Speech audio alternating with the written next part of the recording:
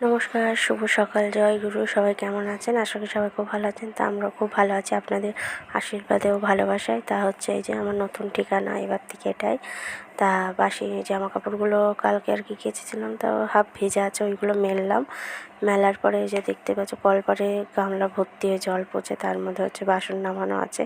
তা বাসন কটা ভিজিয়ে রেখে ছেলেটার জন্য আগে দুটো ভাত বসিয়ে দিয়েছিলাম, কারণ ও খেয়ে স্কুলে যাবে। তা ও স্কুলে চলে যাচ্ছে, তা ও চলে গেল। দিয়ে তারপরে আমি বাদবাকি কাজগুলো সারতে বসলাম, কেননা ছেলে যখন স্কুলে যায় না, তখন একটা বিশাল চাপ থাকে, কেননা ওর টাইম মতন স্কুলে যাওয়ার আগে ওকে খেতে দেওয়া, ওর পেছনেই আমার টাইম কেটে যায়।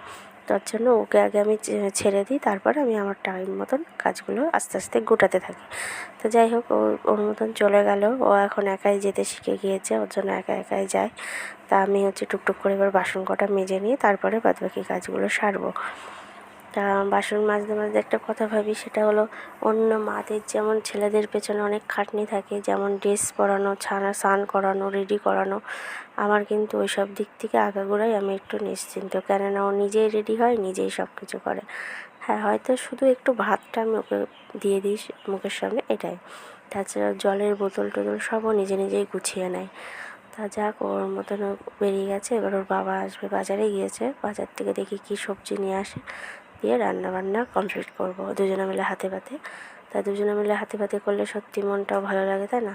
তাই এবার হচ্ছে ওর বাবা বাজার নিয়ে এসেছিলো, সেটাকে রেখে আসলাম। দিয়ে আমি বাসন কটা মাজলাম, ও ওদিকে সব ঠিকঠাক করুক, আমি তারপর কেটে কুটে দেবো, দুজনে মিলে রান্না কমপ্লিট করে নেবো। তো সবাই খুব ভালো থাকবেন। অবশ্যই চেষ্টা করব রোজ একটু একটু করে ভিডিও ছাড়ার। অনেক দিন গ্যাপ দিয়েছি, আর তো গ্যাপ দেওয়া যাবে না। তো সবাই খুব ভালো থাকবেন। শুভ সকাল, জয় গুরু।